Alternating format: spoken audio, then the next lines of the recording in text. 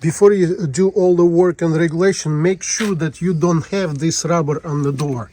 It's a transportation rubber. Often it stays on the door. So if it is on the door, on the inside the door, this kind of rubber, you have to remove it. It's kind of distract the to lock the door and close the vehicle. Just to make sure you remove this one first. This is usually how it is. It is very straight parallelly. And to be able to adjust it, you can move it a little bit back and then make it bend it like this, so it's kind of parallel. So it doesn't stay like this, but stay like this. So this is where a little bit forward, a little bit back. This is how you can adjust this cable. This is the first place you adjust the cable. This is place to adjust to make sure that it works on the second one. So it has to be right in the middle here. Sometimes it stays a little bit like this, a little bit like this, or a little bit like this. So just make sure that it goes straight and goes